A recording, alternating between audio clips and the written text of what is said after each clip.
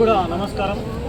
మరి రాత్రి జరిగినటువంటి సంఘటన నాగర్కర్నూలు జిల్లా ఉరుకొండ మండలం రేవల్లి గ్రామంలో యాదయ్య అనే ఒక దళిత కుటుంబానికి సంబంధించిన వ్యక్తిని చేతబడులు, బాణమతులు, క్షుద్ర పూజలు చేస్తాడని అక్కడ ప్రజలు మూఢనమ్మకాలను బలంగా నమ్మి యాదయ్య అనే ఒక నిరుపేద వ్యక్తిని బలంగా కొంతమంది అజ్ఞానులు, తెలివిలేని వాళ్ళు, మూఢనమ్మకాలు నమ్మి సైకోలు అంతా కలిసి కిరాతకంగా 7:30 ప్రాంతంలో గుడ్డలతోని, కత్తులతోని కిరాతకంగా ఒక అమాయక ప్రాణాన్ని బలితీశారు. మరి నిజంగా చేతబడి బాణమతులు ఉంటే పోలీసు వ్యవస్థ తన గన్నులు ఎందుకు, మరి డాక్టర్లు ఎందుకు, వ్యవస్థ ఎందుకు?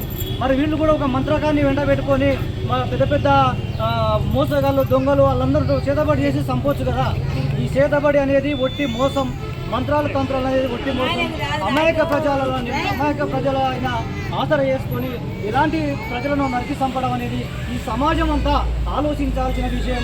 సిగ్గుమాలిన ఒక పిరికి పందలు చేసేటటువంటి విషయం. ఇలాంటి విషయాలను మనం అంతా ఆలోచించాలి. ఎందుకంటే రేపు ఇంకోరి మీద జరుగుతుంది, ఇంకోరి మీద జరుగుతుంది. మన కులాల మధ్యలో చిచ్చు పెట్టి మనకే నరుకొని చంపే విధంగా చేస్తారు.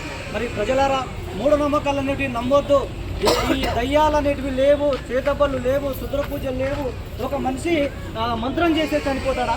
ఎట్లా చనిపోతాడు?